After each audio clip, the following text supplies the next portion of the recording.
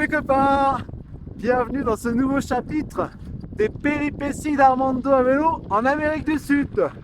Je viens de passer la frontière de la Bolivie, je suis trop content. Voilà, c'est fini pour le Chili et ces belles routes bitumées et j'arrive sur les pistes cabossées de la Bolivie. Alors je ne vais pas y rester très longtemps, malheureusement, juste une semaine ou 10 jours à peu près, mais au programme, deux belles pépites. La première, le Salar d'Uyuni, cité du Salar, avec laquelle j'ai hâte. Oh, oh, oh, oh. Oh. Je vous disais, au milieu de laquelle j'ai hâte d'aller camper. Oh. Et la deuxième, ce sera le Nevado Sajama, le plus haut sommet bolivien, un volcan qui culmine à 6542 mètres, autour duquel je vais aller me balader un peu, peut-être randonner un peu aussi, on verra. En tout cas, j'ai hâte de vivre tout ça et de vous faire découvrir ça. Et j'espère que le bon vieux Diego va tenir le coup, parce que les magasins de vélo dans le coin sont inexistants. Allez, c'est parti pour l'aventure bolivienne. Wouhou! Et ben, il est 19h, le soleil est couché depuis longtemps.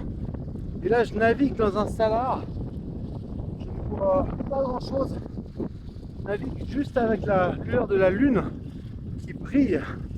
C'est génial. Le bruit de la croûte de sel sous les pneus, c'est assez ouf. J'ai encore 2 km à faire pour rejoindre une vieille gare abandonnée dans laquelle je vais pouvoir camper à l'abri du vent. C'est pour ça que je continue, sinon je me serais arrêté camper avant. Mais là, j'ai envie de m'abriter du vent ce soir. Expérience de fou pour cette première soirée en Bolivie. C'est génial. Et bah, deuxième jour en Bolivie et les péripéties n'auront pas tardé. Regardez, j'ai cette pièce du support de mon porte-bagages arrière qui a pété là. Mais heureusement, ça c'est un coup que j'avais anticipé il y a 1 an déjà. J'avais fait faire des pièces de rechange en Argentine. Alors elles rentrent pas exactement dans le porte-bagages parce qu'elles sont plus épaisses, elles sont plus costauds. Donc je les ai mises derrière là en laissant la vieille là parce que je m'en fous un peu ça. Donc voilà, j'espère que ça va le faire et que je vais pouvoir repartir. Parce que là, avec toutes les secousses sur les pistes là, c'est compliqué. Regardez, je viens de là-bas, c'est la frontière du Chili, là on voit tous les volcans à 6000. Et puis je me dirige par là, vers la platitude du Salar d'Uyuni. Désolé pour la qualité de cette vidéo, vous allez sûrement pas voir grand chose, mais c'est presque la pleine lune. Et je campe au milieu du Salar d'Uyuni. Il y a ma tante, il y a Diego qui est couché là. Voilà, j'espère juste qu'il n'y aura pas trop de vent cette nuit. Il fait pas tellement froid, c'est plutôt cool. Truc de fou quand même. Wow. Expérience unique.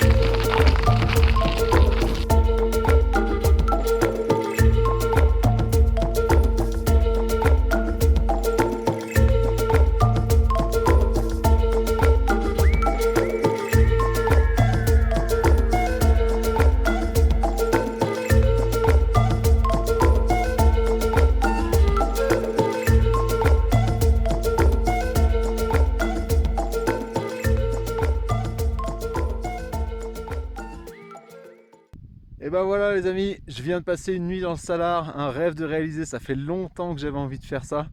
Franchement j'ai hésité hier soir parce que je suis arrivé au moment du coucher du soleil, il y avait du vent et je me suis dit si ça souffle comme hier, mais ma tente elle va pas tenir le coup, ça va être la cata, il y a zéro abri ici forcément. Mais j'ai eu grave de la chance, regardez il n'y a pas un pet de vent là, toute la nuit c'était super calme. Donc trop bien, trop content d'avoir fait ça. Bon ça faisait 1 heure que je galérais là, à rouler au milieu du Salar, à me faire secouer par la croûte de sel. Et là je suis enfin tombé sur une piste. Regardez. Ça va quand même nettement mieux.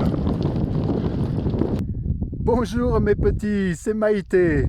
Aujourd'hui je vous présente une recette venue tout droit d'Amérique du Sud. Le vélo en croûte de sel. Pour ce faire, rien de plus simple, prenez un vélo et pédalez 120 km dans le Salar du Uyuni. Regardez-moi ça si c'est pas appétissant. Et bien sûr, pour la digestion, n'oubliez pas un peu d'huile sur la chaîne. Bon appétit bien sûr. Bon, je suis dégoûté. Hier, je me suis fait une grosse journée, 130 bornes pour sortir du Salar du Uyuni et arriver jusqu'à une ville pour dormir à l'hôtel et rincer mon vélo parce qu'il était vraiment plein de sel. Et c'est pas bon du tout pour le matos.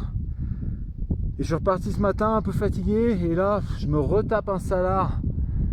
Il est 16h30, j'ai 40 bornes à faire et en plus il est bien mouillé. Autant le Salar du Uyuni il était plutôt sec, là il y a encore pas mal de flotte, du coup le vélo il est déjà plein de sel. Je suis dégoûté. Je vais sûrement finir de nuit de toute façon pour sortir du Salar. Bon c'est la pleine lune cette nuit, j'espère qu'il n'y aura pas de nuages, comme ça je pourrai naviguer avec la lueur de la lune, on verra. Oh je suis blasé. Mais bon sinon c'est joli. Bon, il est 20h30, je suis enfin sorti du Salar. C'était l'horreur. Il y a le vent qui s'est levé à 17h là. Donc je me suis tapé 3h30 contre le vent. Du coup, impossible de camper dans le Salar quoi. Donc il fallait que je sorte de là. Là, j'ai trouvé une grotte, je vais camper par là, je suis un peu abrité. Et c'était boueux là pour sortir au Salar. Regardez l'état de mes chaussures. Oh là là là, c'est la cata. Mon legging là plein de sel. Le vélo, je vous en parle même pas. Quelle galère. Oh la journée.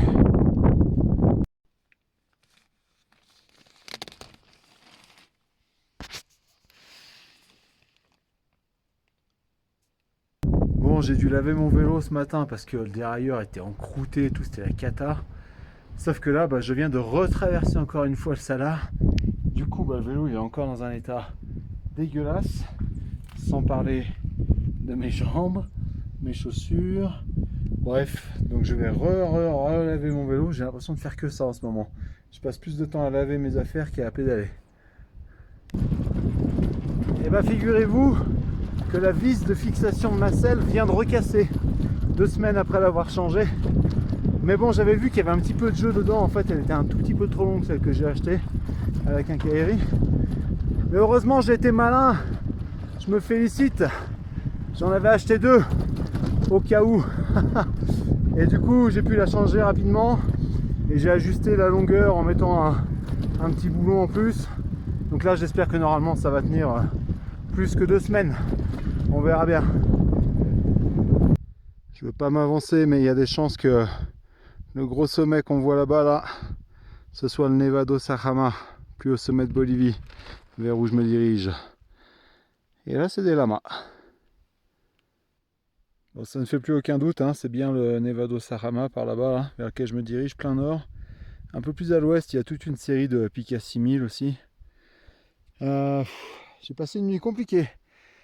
Il a fait super froid, j'ai très mal dormi. J'ai été un peu surpris parce que jusqu'à présent, j'avais pas eu froid, il avait jamais gelé encore. Mais là, on devait être entre -5 et -10, je crois. J'ai très mal dormi. Et puis là, la journée, ça va, j'avance tranquillement, je suis à 45 bornes. Il doit être 16h par là. J'ai vu une voiture aujourd'hui, donc je suis vraiment paumé au milieu de nulle part, hein. Je vous montre un peu. Les pistes sont essentiellement en sable. Pas toujours facile d'avancer. Là, c'est la piste principale, là, on la voit juste là. Parfois, elle est tellement mauvaise qu'il y a une petite piste secondaire sur le côté qui est un peu meilleure, qui permet d'avancer un peu mieux plutôt que de s'enliser dans le sable ou de se taper le cul sur la tôle ondulée là. Mais bon, on avance tranquillement.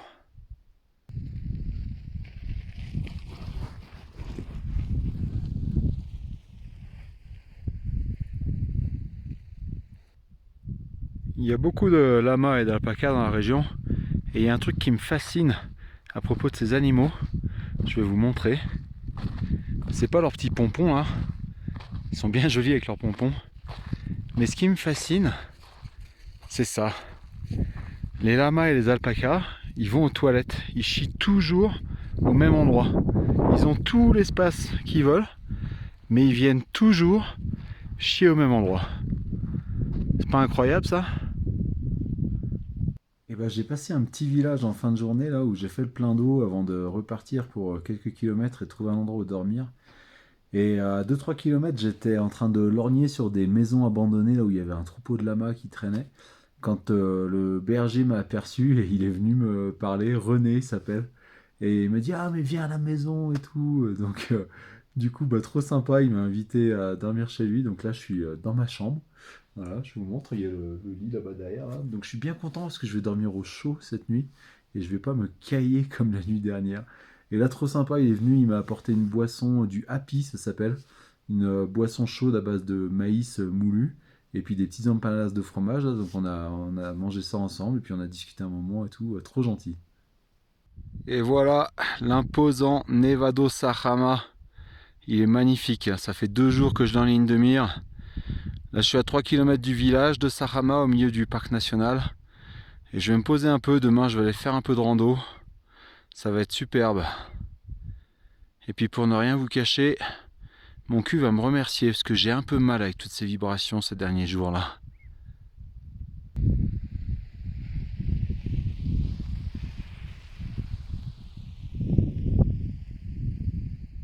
Bon, bah, je suis parti randonner ce matin.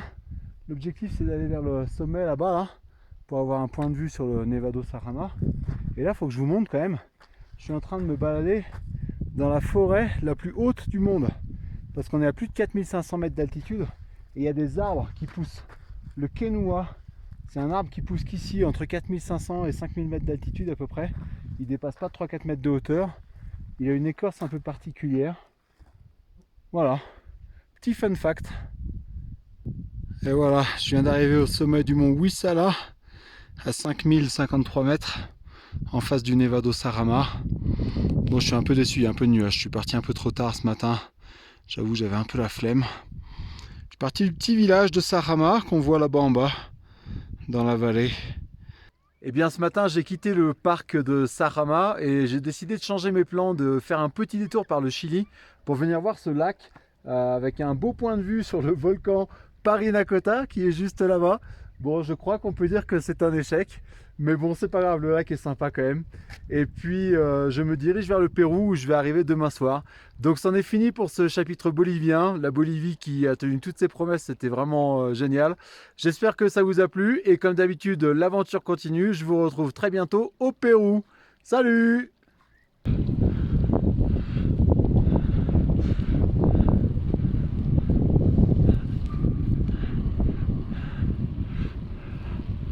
Bon, ça s'est un peu dégagé quand même sur le volcan Parinacota. C'est celui de droite.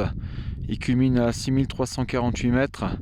À gauche, c'est le Pomerape qui est à peu près à 60 mètres plus bas. Bon, je suis quand même content d'être passé par là. La vue est belle, même s'il n'y a plus le lac. Bon, je viens juste de m'arrêter chez quelqu'un qu'on m'a recommandé, un cycliste que j'ai croisé. Il m'a dit ah, tu vas à cet endroit-là, chez Juan. Il accueille les cyclistes. C'est un petit vieux, il est complètement bourré, j'ai l'impression. Je comprends rien à ce qu'il dit. Mais bon, il y a une chambre pour moi, je vais dormir là. Il a son petit troupeau d'alpaca. Je vais vous montrer un peu la maison. Là dans la brouette, bah, il y a des pattes. Puis voilà. Voilà la maison. Et je vais vous montrer la chambre. C'est par là. Il m'a dit que je pouvais dormir là. Hop.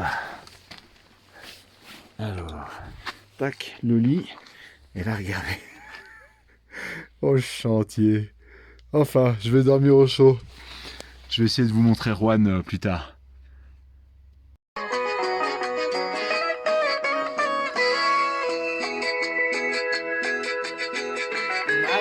non.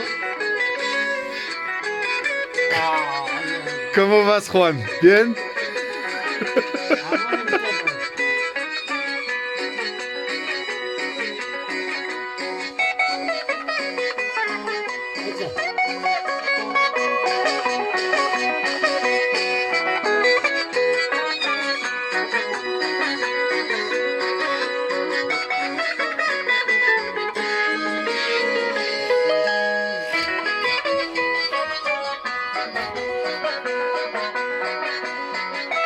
Sí, voy a ir a Ecuador. ¿Y cuándo se diga? Sí, ¿ya fuiste a Ecuador? No, he llegado yo. ¿Cómo? He llegado. Ok. Hay conocer chicas. ¿Una chica de Ecuador? Sí. Ok. ¿Cómo son las chicas de Ecuador? Buenas. Buenas. Buenas. Pero me dijo, no hay... ¿Mejor que las chicas de Chile? No, ¿No? mucho mejor. Ellas son mucho mejor. Mucho mejor. Mucho mejor ellas. No hay hombre, dijo.